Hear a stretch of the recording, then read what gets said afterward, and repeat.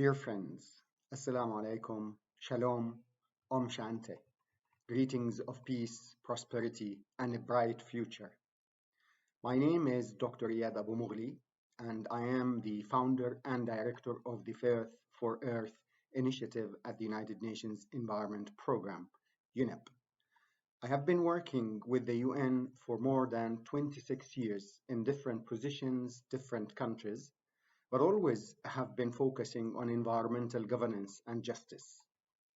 Working on environmental issues is necessary to ensure that we get to what we call sustainable development. That is the right balance between economic development, social development, and environmental sustainability. In the past, we wanted to build more buildings, manufacture more cars, construct more roads, and generate more wealth. While this helped us progress, but it has been on the expense of natural resources and equality between people and countries.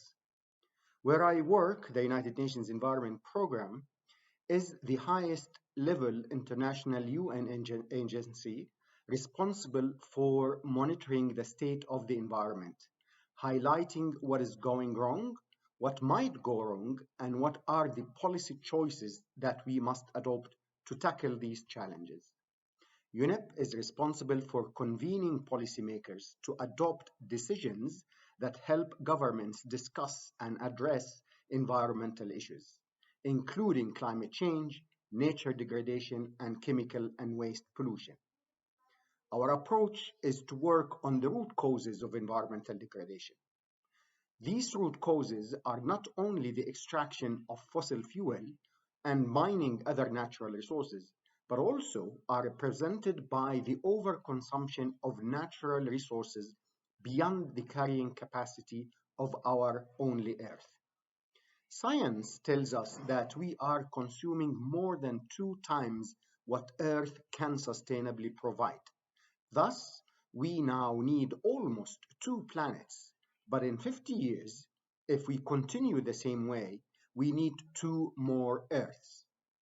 The Faith for Earth initiative that I am leading now is focusing on bringing non-traditional actors, such as faith communities, to contribute to global efforts in fighting climate change and making the environment healthy to live in peace and prosperity. To be able to do so, we bring faith and religious leaders to integrate religious ethics and values in living in harmony with nature. All world religions, without exception, consider nature and natural resources as a sacred responsibility given to us by our Creator, and that we are its stewards to keep it as we received it and to conserve it for future generations. Faith communities have lived in harmony with nature for centuries, as they consider other living and non-living things as other communities, just like humans, created by the same God, and that humans are not superiors to these other communities. Overconsumption and production is a result of either ignorance of the consequences of our behaviors or apathy, greed, and indifference. If we were to solve our environmental challenges, we need to work on our own behavior and attitude towards nature. Today, you are discussing climate justice. Well, justice is also a behavioral attitude that is bringing justice to the people and to the planet as an inseparable nexus. People cannot live on a planet that is unhealthy and without sustainable resources. The planet cannot survive if we exhaust its resources and pollute it. Therefore, climate justice is a human rights issue where people and countries who have not contributed to climate change, including women and children, are subjected to injustice as they are the ones who will be most impacted by climate change. And countries who have contributed to climate change are responsible for not only paying for the loss and damage they caused to the environment and people, but also to take the lead in finding long-term, lasting, sustainable solutions to environmental degradation and climate change. Climate change and climate justice are not only concerning the rise of Earth's temperature, but climate change affects all aspects of our lives, including development and growth, our agricultural systems and natural needs and nutritional needs, our safety and security, our water resources, and even where we can live and where we can work. Climate change is not sparing any nation, poor or rich, powerful or weak. You probably have heard of the massive floods in Pakistan last year that affected 30 million people, but you have also heard of the drying rivers in Europe and the forest fires in the US.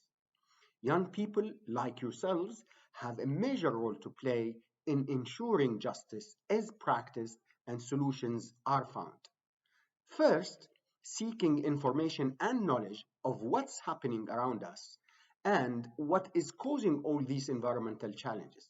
For example, do you know that eating one burger requires 500 gallons of water to produce?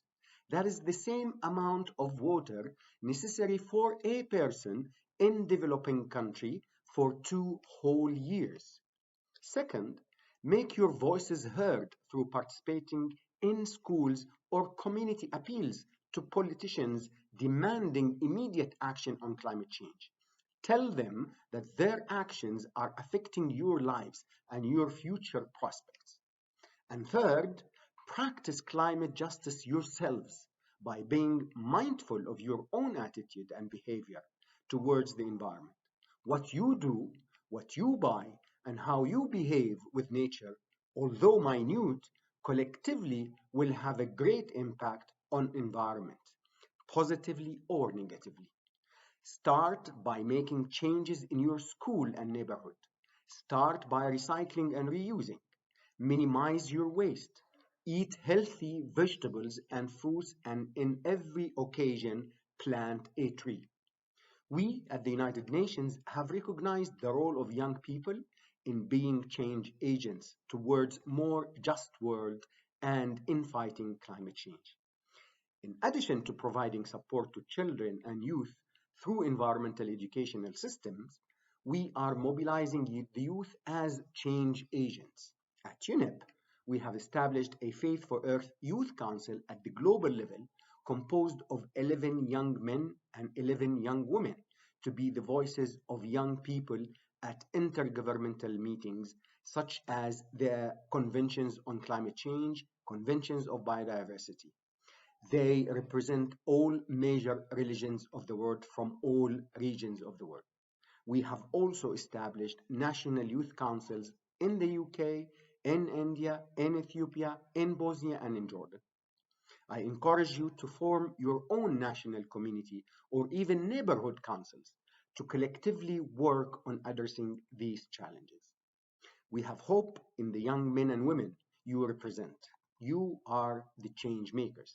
Not only you are the youth who will be leading economies, politics, and social development in the near future, but also those who will bring people of all backgrounds to work together in peace.